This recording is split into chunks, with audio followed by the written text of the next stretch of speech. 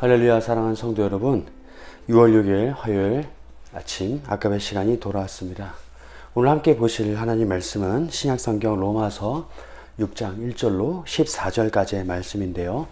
오늘 본문 말씀 통해서 은혜 아래에 산다는 것, 은혜 아래에 산다는 것은 이란 제목으로 함께 은혜 말씀 나누도록 하겠습니다. 이제는 유행이 지나고 있다고 우리가 말하기도 하지만 여전히 우리 청년 세대의 입에서 오르내리는 그런 말들이 있습니다. 그 중에 하나가 바로 YOLO라고 하는 그런 단어인데요. 이 말의 뜻은 인생은 단 한 번뿐이라는 영어의 You Only Live Once라고 하는 이 영어 단어의 줄임말이라고 합니다. 이처럼 불확실한 미래를 걱정하며 대비하기보다는 현재 자신의 행복을 중시하고 또 그 안에서 최대한 즐거움을 누리겠다는 그런 이 소비 지향적인 라이프 스타일을 가리키는 말인데요. 이와 함께 우리나라에서 또 유행하는 말 중에 하나가 바로 소확행이죠. 소소하지만 소박하지만 확실한 행복이라는 말이 또 있습니다. 그리고 마지막으로 MZ세대라는 말이 있죠. 굉장히 유명한 말인데요. 이 말은 저와 같은 이 40대의 X세대들 그 이후의 세대를 가리키는 말이라고 하는데요. 밀레니엄 또는 모바일 세대라고 하는 그런 1980년대 초반에서 2000년대 초반의 출생자들, 즉 오늘날의 현재 청년 세대를 가리키는 말이라 할 수 있습니다. 그런데 이 세 가지의 말들은요, 다 연관성이 있습니다. 굉장히 그 연관성이 깊은데요. 이 말이 무슨 말이냐 하면 우리나라가 이 초고속으로 산업사회를 이루면서 그렇게 성장을 해왔는데 이 90년대 말에 굉장히 중요한 사건이죠. IMF가 터지게 됩니다. 그 이후로는 이 경제 성장이 둔화되고 그렇게 멈추다가 이제는 마이너스 성장을 하게 되는데 이로 인해 청년 세대들이 부모 세대와는 다르게 참 어려움을 많이 겪게 됩니다. 그것이 뭐냐면 사회 진입도 굉장히 늦어지게 되고요. 이런 이유로 또 인해서 자연스럽게 연애도 또 취직도 결혼도 출산도 결국엔 노후 준비까지 되지 않는 그런 이 연달아서 이런 일들을 거의 포기하는 지경에 이르는 그런 상황에 몰려 있다라고 하는 것이죠. 그래서 이 세대의 사람들은 인생은 어차피 한 번뿐이고 또 오로지 내 것이니까 나에게 집중하고 내가 누릴 수 있는 한도 안에서 최대한 행복을 추구하는 삶을 살아가자라고 하는 그런 인생의 모토를 갖게 된다는 것이죠.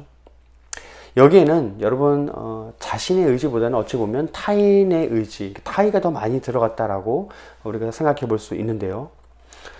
이래서 이 MZ세대들은 더욱더 자신의 성향과 자신의 취향, 그 생각을 더 집중하려는 그런 경향을 보이고 있습니다. 그래서 요즘 젊은 세대들이 굉장히 많이 이야기하는 것 중에 하나가 MBTI라고 하는 성격 유형에 더 집중하고 있다고 합니다. 요즘의 세태를 잠깐 간략하게 말씀을 드렸는데요. 사랑하는 성도 여러분, 어떤 사실이 느껴지시나요? 요즘 세대들에게 밝은 빛보다는 그늘이 느껴지지 않으십니까? 사실 엄밀히 말하면 이러한 삶에 대한 비관적인 태도나 상황은 젊은 세대뿐만 아니라 노년 세대를 비롯한 모든 세대에 걸쳐 퍼져 있다고 해도 과언이 아닙니다. 그래서 우리는 더 우리의 삶을 빛으로 인도해주는 그런 하나님의 말씀에 우리가 집중을 해야 될 줄로 믿습니다. 로마서 말씀을 보면 어려운 말로 수사의문문이라는 표현이 등장하는데요. 쉽게 설명드리면 그러니까 어떻게 하겠습니까? 라고 하는 말이 많이 등장합니다. 3장부터 9장까지 많이 나오는 의문문 이 표현이 그런즉 무엇하리요? 그런즉 어떠하겠느냐? 라고 하는 표현이 무려 9번이나 등장합니다. 이 말은 즉 사도 바울이 로마 교회를 비롯한 초대교회 신자들에게 이제 앞으로 여러분은 이 인생을 어떻게 살아가겠습니까? 라고 자주 묻고 있다라고 하는 것을 보여주는 것이죠. 여러분은 이 질문에 어떻게 답을 하시겠습니까? 오늘 본문 우리가 살펴보면서 한 절 한 절 살펴보면서 우리가 이 답을 같이 찾아가길 소망합니다. 아멘.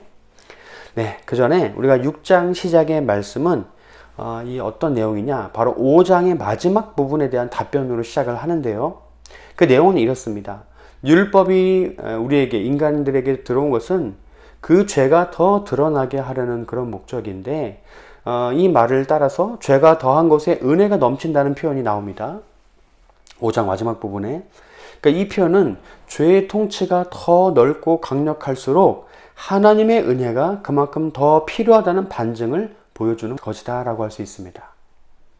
그러니까 이 말씀을 잘못 이해하면 은혜를 더 받기 위해 죄를 지어도 된다라고 하는, 여러분 무엇입니까? 바로 이 도덕 폐기론에 빠지게 되는데, 이것은 절대로 하나님의 뜻도 아니고 하나님께서 원하시는 방법도 아니라고 하는 것이죠. 여러분, 우리 하나님께서는 사도 바울을 통해 다음과 같이 말씀하십니다. 1절로 2절 오늘 본문 말씀인데요. 그런즉 우리가 무슨 말을 하리요? 은혜를 더하게 하려고 죄에 거하겠느냐? 그럴 수 없느니라. 죄에 대하여 죽은 우리가 어찌 그 가운데 더 살리요? 아멘. 그렇습니다. 정답은 그렇게 할 수 없다라고 하는 것입니다. 악은 어떤 모양이라도 버리라 라고 하는 이 데살로니가전서 5장 22절의 말씀을 우리가 기억해야 한다는 것이죠. 왜냐하면 우리는 예수 그리스도와 합하여 세례를 받았기 때문입니다.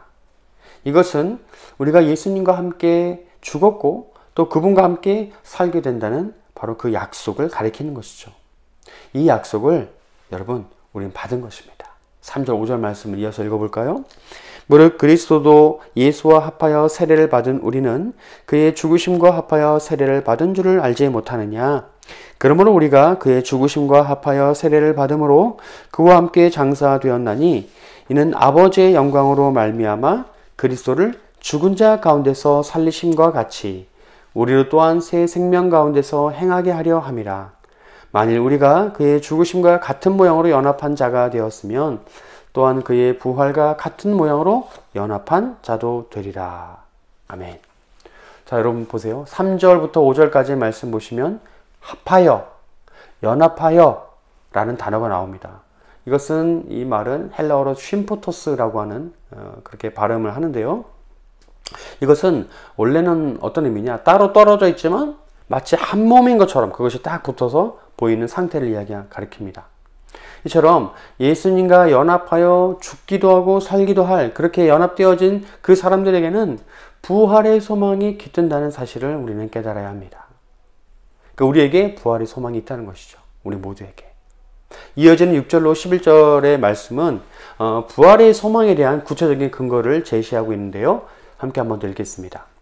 우리가 알거니와 우리의 옛사람이 예수와 함께 십자가에 못 박힌 것은 죄의 몸이 죽어 다시는 우리가 죄에게 종노릇하지 아니하려 함이니 이는 죽은 자가 죄에서 벗어나 의롭다 하심을 얻었습니다.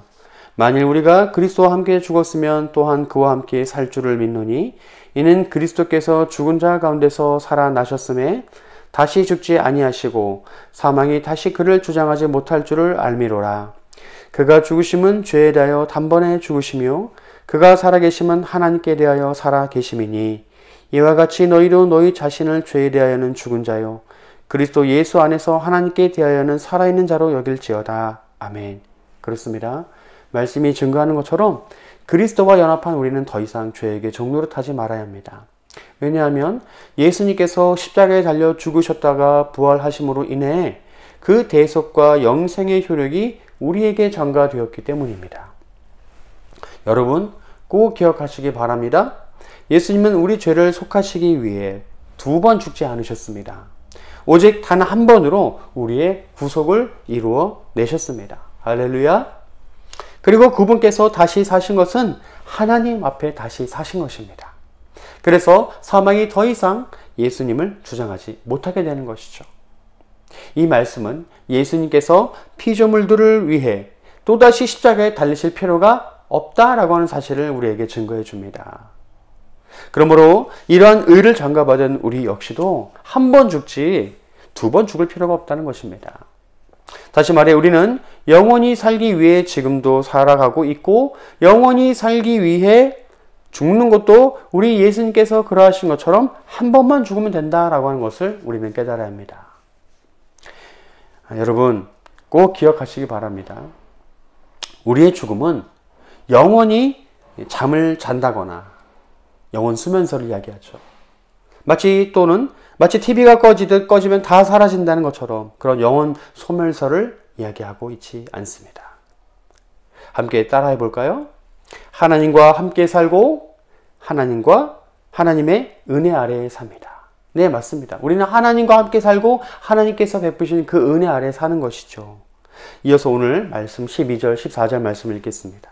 그러므로 너희는 죄가 너희 죽을 몸을 지배하지 못하게 하여 몸의 사욕에 순종하지 말고 또한 너희 지체를 불의의 무기로 죄에게 내주지 말고 오직 너희 자신을 죽은 자 가운데서 다시 살아난 자 같이 하나님께 드리며 너희 지체를 의의 무기로 하나님께 드리라.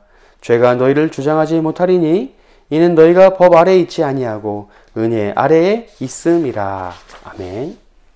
여러분, 그러므로 하나님과 함께 살고 그분의 은혜 아래에 사는 우리는 이제 더 이상 우리 육신이 우리를 지배하지 못하게 해야 합니다.